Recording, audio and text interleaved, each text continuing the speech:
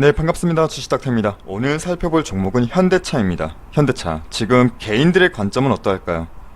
잔치는 끝났다, 볼 거 없다, 이렇게 생각할까요?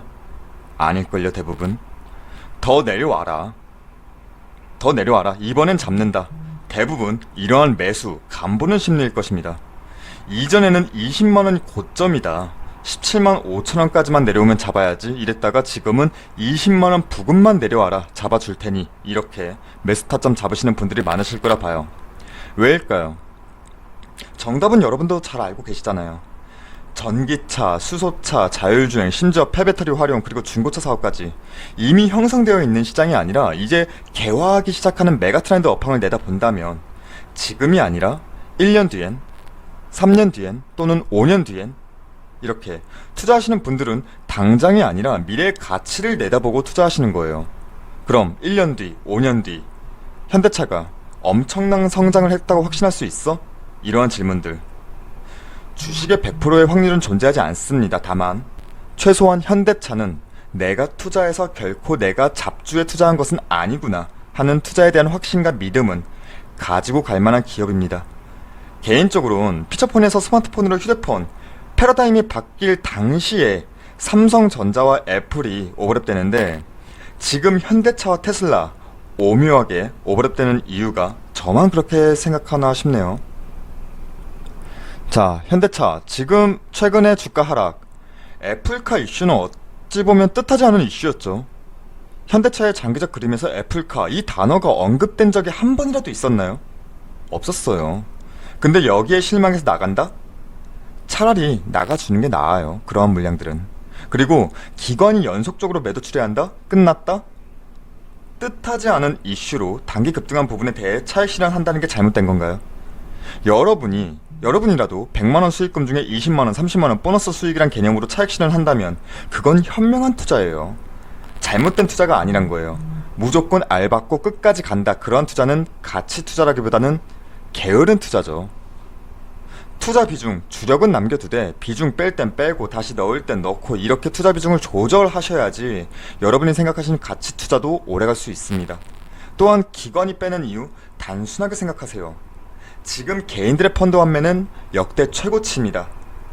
이 말인즉 기관 펀드에 내 돈 맡기고 있었던 걸 빼가지고 내가 직접 투자한다, 이렇게 개인들의 환매 요청에 기관들은 가지고 있던 주식을 팔 수밖에 없어요. 다시 돈 줘야 되니까요, 개인들한테.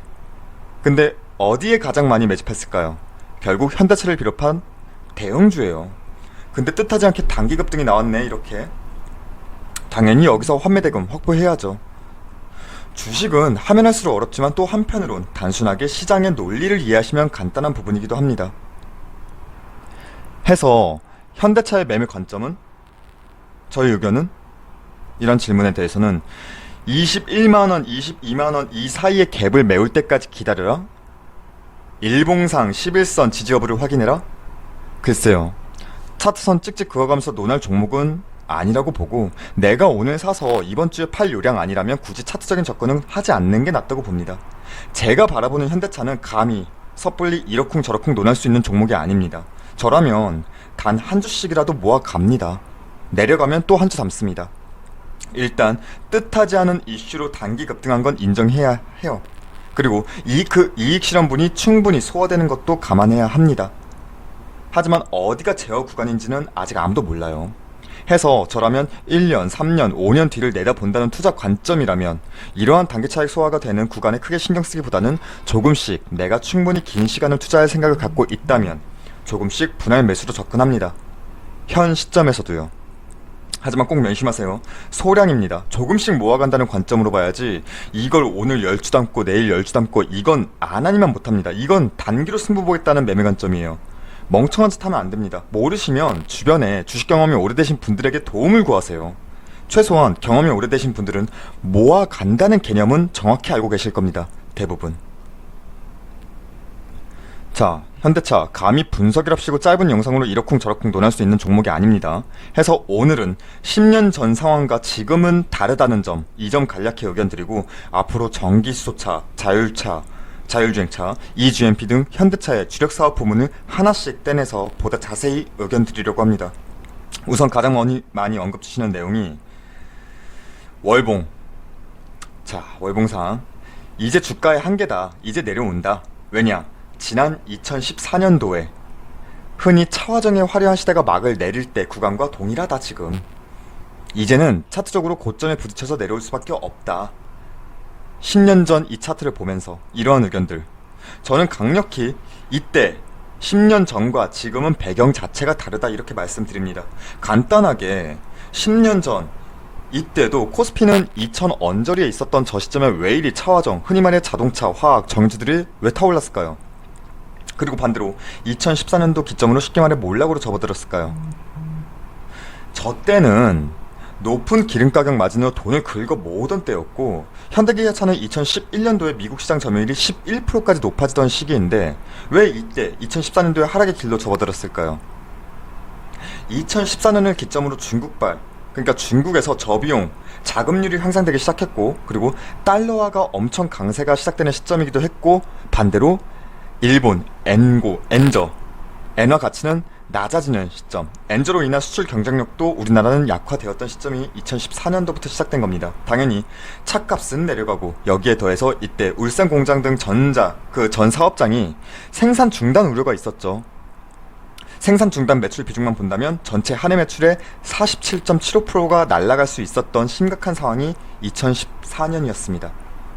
통상임금 관련 노사 문제, 임금 협상 무산 소식 등이 계속 언론에 도배되던 시기이고, 그리고 제네시스 등 현대차의 고유 브랜드 네이밍을 탈피해서 세계 고급차 브랜드와 경쟁하겠다 이렇게 공격적인 해외 영업망 확장에 나섰지만 결국 현대차라는 중가 브랜드 밸류를 벗어나긴 여간 힘들다는 자가당착에 빠진 시기이기도 합니다. 여기에 한국전력, 본사부지, 낙찰가도 과도한데 억지로 진행한다는 우려도 있었고요. 자, 이때 하락의 이유를 우린 지금 살펴봤습니다.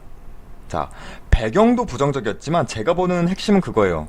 현대차 생산량만 본다면 당시 이때 세계 5위권의 많은 생산량을 보였지만 벤츠 등 유럽 브랜드와의 마진 차이가 너무 많이 났다는 부분이었고, 결국 똑같은 내연기관 자동차에서의 경쟁력의 우위를 점할 수 있는 건 결국 브랜드 네임 밸류 상승인데, 그 부분을 결국 상쇄하지 못했다는 부분이라 봐요, 이때는. 자, 근데 지금은 이때 10년 전과 분명 달라요. 브랜드 밸류, 브랜드 가치는 저 때와 지금 뭐 배반 달라진 건 없다고 봐요, 개인적인 생각으론. 근데 자동차 패러다임이 바뀌고 있어요. 그러니까 기존에 휴대폰을 예를 들어 볼게요. 스마트폰.